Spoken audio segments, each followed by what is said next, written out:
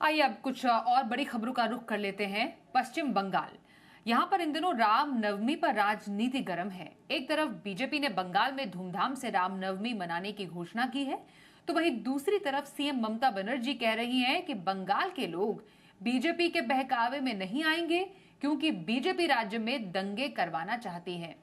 इस बीच रामनवमी का जुलूस निकालने को लेकर कलकत्ता हाईकोर्ट से ममता सरकार को बड़ा झटका लगा। कोर्ट ने हावड़ा में हिंदू संगठनों को रामनवमी पर जुलूस निकालने की अनुमति दे दी है, लेकिन इसके लिए शर्तें तय कर दी गई हैं। हाईकोर्ट ने कहा है कि हावड़ा में पुराने रूट पर रामनवमी रैली निकाल सकते हैं, लेकिन हथियारों की अनुमति नहीं रहेगी। साथ ही बाइक रैली भी नहीं निकाली जाएगी और जुलूस निकालने वालों को पुलिस की गाइडलाइन को फॉलो करना पड़ेगा। कोलकाता से हमारे साथ संवाददाता सुमित सेन गुप्ता है, उनसे जानते हैं फिलहाल अपडेट क्या है। सुमित, रामनवमी से पहले बंगाल में तो घमासान जारी है, अपडेट क्या है? देखिए, कोर्ट के पास इसलिए जाया गया अंजनी पुत्र सेना और विश्व हिंदू परिषद, दो अलग अलग यहाँ पे रैली होती है, जुलूस निकलता है। लेकिन उनको पुलिस ने इस बार दो अलग अलग रूट के बारे में बताया था कि जो पुराने जो रूट है काजीपारा होते हुए, जीटी रोड के ऊपर काजीपारा होते हुए जो रास्ता है, पुलिस का कहना है कि वहां पर कम्युनल टेंशन इससे पहले 2022 और 23 में हुआ था, इसलिए वो रास्ता सुरक्षित नहीं है। तो इसीलिए उनका वो यहाँ से दूसरे रास्ते का ऑप्शन दिया था। लेकिन अचानक लेकिन ये इन्होंने पिछली बार भी हाईकोर्ट से अनुमति लेने के बाद ही यहाँ पर किया था, क्योंकि पिछली बार भी अनुमति नहीं दिया गया था उस रास्ते में। और फिर इस बार भी एक ही बात पुलिस की तरफ से कहा गया और फिर हाईकोर्ट के हस्तक्षेप में हाईकोर्ट ने जस्टिस शंकर घोष के कोर्ट नंबर 35 से ये ऑर्डर आया कि जिस रास्ते में पुराने जिस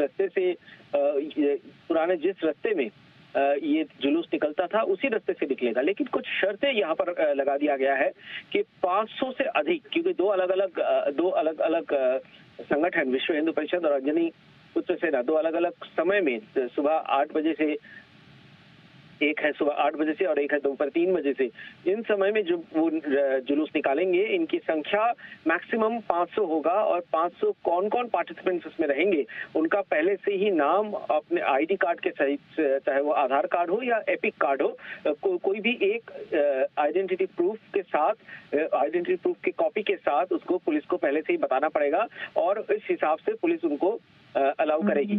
और बाकी अभी जो इसके बाद जो और बाकी बातें कही गई कि कई अस्त्र लेकर जो बार बार बताया जा रहा था कि पारंपरिक अस्त्र लेकर जुलूस होगा, तो उस पर भी रोक लगा दिया है कोलकाता हाईकोर्ट ने इस दो रैली के लिए। लेकिन पीवीसी से बना हुआ अगर कोई यहाँ तक कि अस्त्र के साथ कोई लाठी भी इस्तेमाल नहीं होगा, तो कोर्ट के पास ये अपील की गई थी अगर लाठी नहीं लिया जाएगा तो झंडा किस पे लगाएंगे।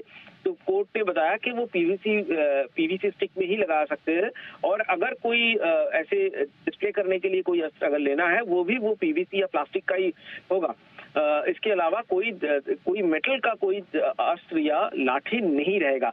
और इन शर्तों के साथ ही हाईकोर्ट ने उसी पुराने रूट में परमिशन दिया है। लास्ट ईयर यहाँ पे पैरामिलिट्री फोर्स डिप्लॉय किया गया था सुरक्षा के लिए, लेकिन कोर्ट ने बताया कि इस बार वो पुलिस के ऊपर ही भरोसा रख रहा है कि पुलिस इस पूरे जो प्रक्रिया है जुलूस वहां से जो जाएगी, इस पूरे जुलूस को पुलिस सुरक्षा देगी। बिल्कुल, तो रामनवमी पर कोलकाता में जुलूस की अनुमति पर शर्तों के साथ। धन्यवाद करेंगे सुमित इस पूरी खबर पर ज्यादा अपडेट देने के लिए।